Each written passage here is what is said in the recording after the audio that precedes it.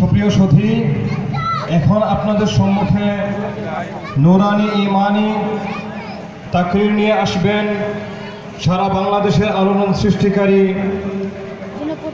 আল্লামা হযরত মাওলানা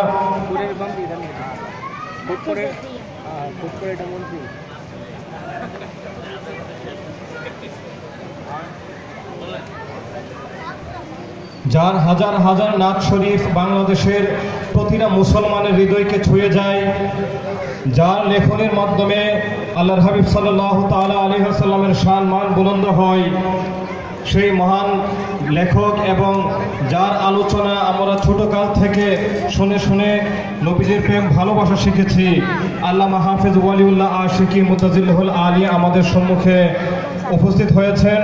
এখন হুজুর আলোচনা করবেন। হুজুরকে মাহফিল কমিটির পক্ষ থেকে বিনীত আহ্বান করছি হুজুরের নুরানি ইমানি বক্তব্য পেশ করার জন্য। হুজুরকে বিনীতভাবে আহ্বান করছি।